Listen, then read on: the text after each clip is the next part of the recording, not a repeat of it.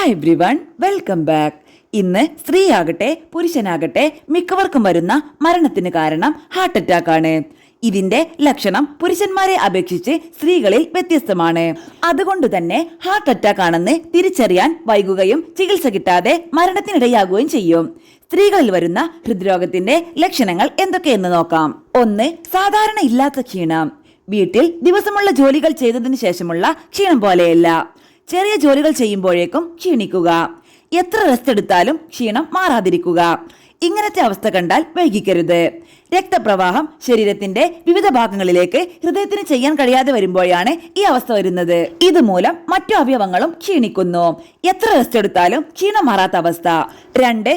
ഒന്ന് നടക്കുമ്പോഴേക്കും ശ്വാസതടസ്സം അനുഭവപ്പെടുന്നു. സ്റ്റെപ്പുകൾ കയറുമ്പോൾ അല്ലെങ്കിൽ ചെറിയ വീട്ടുജോലികൾ ചെയ്യുമ്പോഴേക്കും ശ്വസിക്കാൻ ബുദ്ധിമുട്ട് തോന്നുക, കിതപ്പ് അനുഭവപ്പെടുക. ഈ അവസ്ഥ കണ്ടാലും വൈകിക്കരുത്. ചില സ്ത്രീകൾക്ക് കിടക്കുമ്പോൾ ശ്വാസതടസ്സം ഇരുന്നാൽ അത് മാറുകയും ചെയ്യും. ഇത് ഹൃദയത്തിന്റെ തകരാറ് മൂലം സംഭവിക്കുന്നതാണ്. 3. നെഞ്ചിന് അസ്വസ്ഥതയും മുറുക്കവും.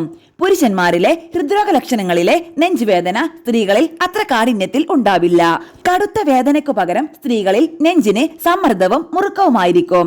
ഇത് ഇടയ്ക്കുണ്ടാവുകയും മാറുകയും ചെയ്യും. സ്ത്രീകളിൽ നെഞ്ചിന്റെ നടുഭാഗത്തും ഇടതുവശത്തും അസ്വസ്ഥതയും ഭാരവും അനുഭവപ്പെടാം. വിശ്രമിക്കുമ്പോഴോ വ്യായാമം പോലുള്ളത് ചെയ്യുമ്പോഴോ ഹൃദയത്തിനുണ്ടാകുന്ന അസ്വസ്ഥത നിസ്സാരമാക്കരുത്. 4. ശരീരത്തിന്റെ മുകൾ ഭാഗത്ത് വേദന. സ്ത്രീകൾക്ക് നെഞ്ചിന്റെ പുറത്തായിരിക്കും ലക്ഷണങ്ങൾ ഉണ്ടാവുന്നത്. ഹൃദ്രോഗത്തിന്റെ അസ്വസ്ഥതയും വേദനയുമാണ് ഇതിന്റെ ആദ്യ ലക്ഷണം. ചിലപ്പോൾ പേശിവേദനയാവാം. ഒരു കൈയിനോ അല്ലെങ്കിൽ 2 കൈയിനും തന്നെ വേദനയുണ്ടാകാം. ഇങ്ങനെ ശരീരത്തിന് പുറത്ത് പെട്ടെന്നുണ്ടാകുന്ന വേദനയും നിസ്സാരമാക്കരുത്. 5. ദഹിക്കാതെ ഛർദ്ദിക്കുക, ഓക്കാനം, അമിതമായി വിയർക്കുക. ഇതും ഹൃദ്രോഗത്തിന്റെ ലക്ഷണം തന്നെ.